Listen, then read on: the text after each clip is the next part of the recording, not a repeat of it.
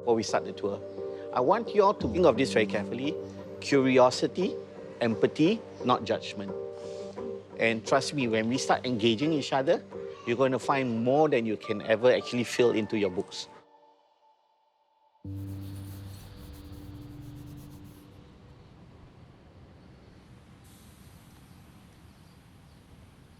Dear Singapore, don't give up. The first 50 years of my life were marked by failure after failure. I often joke that I have a PhD in failure. Twice divorced, twice bankrupt, jobless, homeless, all before I came to accept my disability. For about a year plus, I was hard sleeping here at Changi Beach. From 2006 to 2007, I ended up here because I just lost my marriage and we were getting ready to leave to sell the house. The divorce hit me very hard.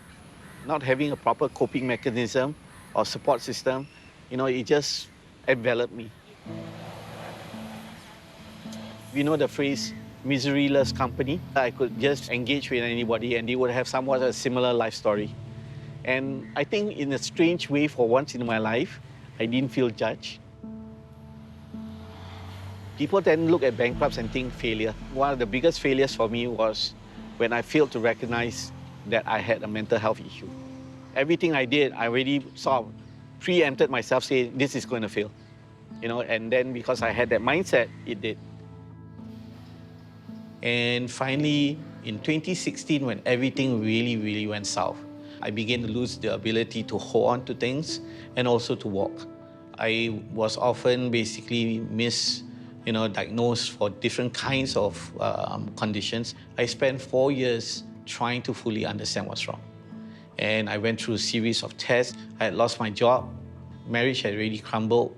My relationship with my daughter, who is the most important thing in my life, was very badly affected. And I lost the friendships of a lot of friends, mainly because I had no idea who I was and I was acting out. So on the 1st of April, a very ironic day as well, 2020, I was given the diagnosis that my condition has been confirmed as Charcot-Marie-Tooth disease. It's a neurological disease. It has similarities to muscular dystrophy, but what came after that was what really broke me. There is no treatment, there is no cure, no medication. It's hereditary, which means I carry the gene that my daughter, my nieces, and my brother may have. And that, to me, was like, okay, punish me if you must, but please, not the very people I love so much. So at that very moment, I decided I was going to end my life. I looked out the window and I just thought, okay, I'm just going to throw myself out. And just at that moment, somebody I grew up with, she called up and she just simply said to me, Sheldon, I've known you all my life. Something tells me you're going to do something stupid. It was like a big wake-up call. It was her who said, Sheldon, you really have to think about this. You got a choice. You can show the world your plight, or you can show the world your might. It's really up to you. And you have a lot that you can do. And that was what changed me tremendously. This is Singapore's first and only vocal agency that is dedicated to persons with disabilities. So that would be the main description, PWD. So how I became a docent here in the Enabling Village actually was by chance. My future boss thought that this would be something interesting to have persons with disabilities trained as docents to tell their stories. Jane, having just met me for about 3 minutes, how would you describe me, to Zoe? Remember the adjectives, good looking, handsome. The first thing you see is my disability. Well, if you got to know me, the description would be different. It would be, for example, Zoe, we're meeting Sheldon, he's our docent, quite a funny fella. Just be mindful that he's in a wheelchair. Notice the reframing, Make sure that you're on the right, you're behind. This is one of our first inclusive playgrounds. So as a treat, I'll leave you all to do this for 2 minutes. Oh, we allowed to play? Of course. So, Sheldon, you want to come up? No, I will end up throwing on all of you. I'm allergic to exercise. I enjoy humor because it's a way of breaking barriers. I make it a point to tell them that it's all right to laugh. Okay, I'd like to introduce you to Singapore's first inclusive gym.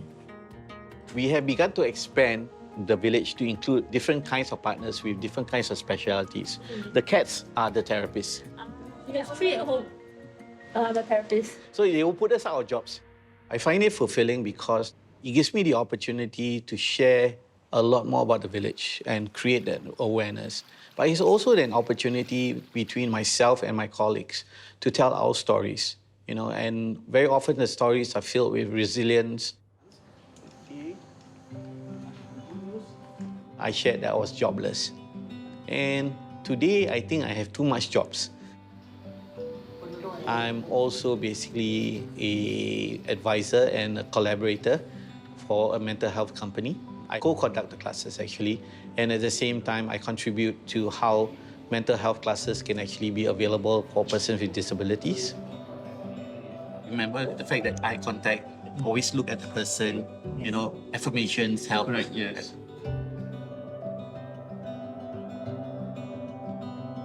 The podcast idea is actually with my 4th employer, a good friend of mine. And she said, you know, Sheldon, you talk a lot. Put it to good use. And I remember this one time we went on a holiday. I swam in the pool, and after that I was just unable to walk. What changed when you realized this? All the time I thought I had. I talk about my daughter a lot. That is my dream, to show her that, you know, despite my failures in life, we are still able to try to do something. And I want it to be something that she's proud of. Finally proud of that. Here's my dad. He may be an amputee, he may have a rare disease, but he's giving back with a zest for life. And even if I did shuffle off this mortal coil in any given time, at least I can with pride know that I fought the good fight. You know, I didn't give up. And that's what I want to everybody to try. Don't give up. That's all. It's that simple. You never gave up on me. No matter how many times I've hurt people or let you down, you never abandoned me. As long as I kept trying, even when I was alone, cold and hungry, I felt a sense of belonging. Despite the hardships I faced, your tough love forged in me the value of resilience. Even when I came home broken, I found your warm embrace. I promise to do good. I promise to do you proud by showing my might over my plight. I'll keep moving forward. You can too. No matter what, don't give up.